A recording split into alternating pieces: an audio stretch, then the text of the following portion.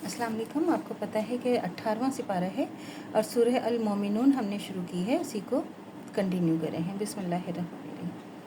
और हमने नूह अलैहिस्सलाम को उनकी कौम की तरफ भेजा तो उन्होंने कहा कि ए कौम, तुम अल्लाह ही की इबादत किया करो, उसके सिवा तुम्हारा कोई माबूद नहीं, क्या तुम डरते नहीं। 23।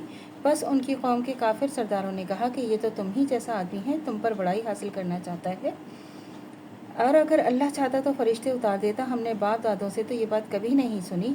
24।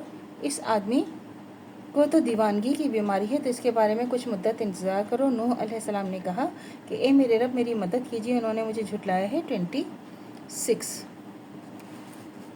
बस हमने नूह अलैहिस्सलाम को वही भेजी, तुम्हें कश्ती बनाओ और हमारे सामने और हमारे हुक्म से, फिर जब हमारा हुक्म पहुंच जाए तो तनोर जोश मारने लगे, तो सब किस्म के हैवानात में से दो दो जोड़े नर और मादा कश्ती में बिठा लेना, और अपने घर वालों को भी, मगर जिनके बारे में पहले हुक्म सादिर हो चुका है, और जालिमों के बारे में हमसे कुछ ना कहना, वह ज़रूर डुबो दिए जाएंगे। 27। फिर जब तुम और तुम्हारे साथी कश्ती में सवार हो जाओ तो खुदा का शुक्र अदा करना और कहना सब तारीफ़ें अल्लाह ही के लिए हैं जिसने हमको जालिमों से बचाया। 28। और ये भी कहना कि ए मेरे रब, हमको मुबारक जगह उतारना और तू सबसे बेहतर उतारने वाला है। 29। बिलाशुबह इस क़स्से में बहुत सी निशानियां हैं, हम तो आजमाते ही हैं। 30। और हमने उनके बाद एक और जमात पैदा की। 31। फिर हमने उन्हीं में से एक रसूल भेजा जिसने उनसे कहा कि तुम अल्लाह की इबादत किया करो, इसके सिवा तुम्हारा कोई माबूद नहीं, तो क्या तुम डरते नहीं हो। 32। और उनकी कौम से जो सरदार थे जिन्होंने कुफ्र किया था और आखिरत के आने को झूठ जाना था, और दुनिया की ज़िंदगी में हमने उनको ऐश दिया था, तो कहने लगे ये तुम ही जैसा आदमी है, जो तुम खाते हो वही खाता है और जो तुम पीते हो वही पीता है। 33।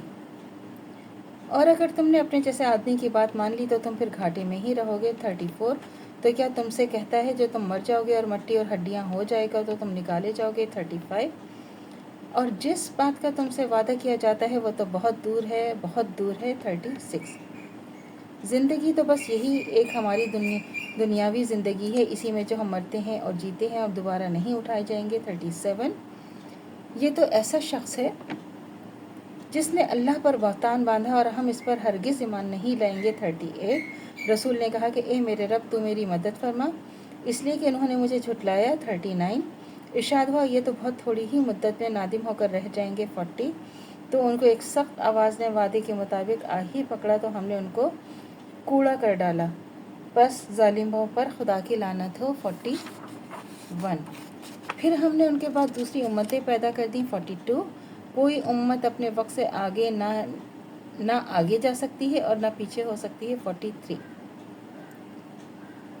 फिर हम लगातार अपने रसूल भेजते रहे, और जब किसी उम्मत के पास उसका रसूल आया तो उन्होंने उसको झुटलाया, तो हम भी बाज़ को बाज़ के पीछे हलाक करते हैं और उन पर अजाब लाते रहे और उनके अफसाने बनाते रहे, बस जो ईमान नहीं लाए उन पर लानत। 44। तो अल्लाह से दुआ करनी चाहिए जो हमारा ईमान है मज़ीद तो कायम दायम रहे, ख़ात्मा बिलखैर ईमान पर हो। इजाज़त दीजिए। अल्लाह हाफ़िज़। मेरे चैनल को लाइक कीजिए, शेयर कीजिए, सब्सक्राइब कीजिए। शुक्रिया।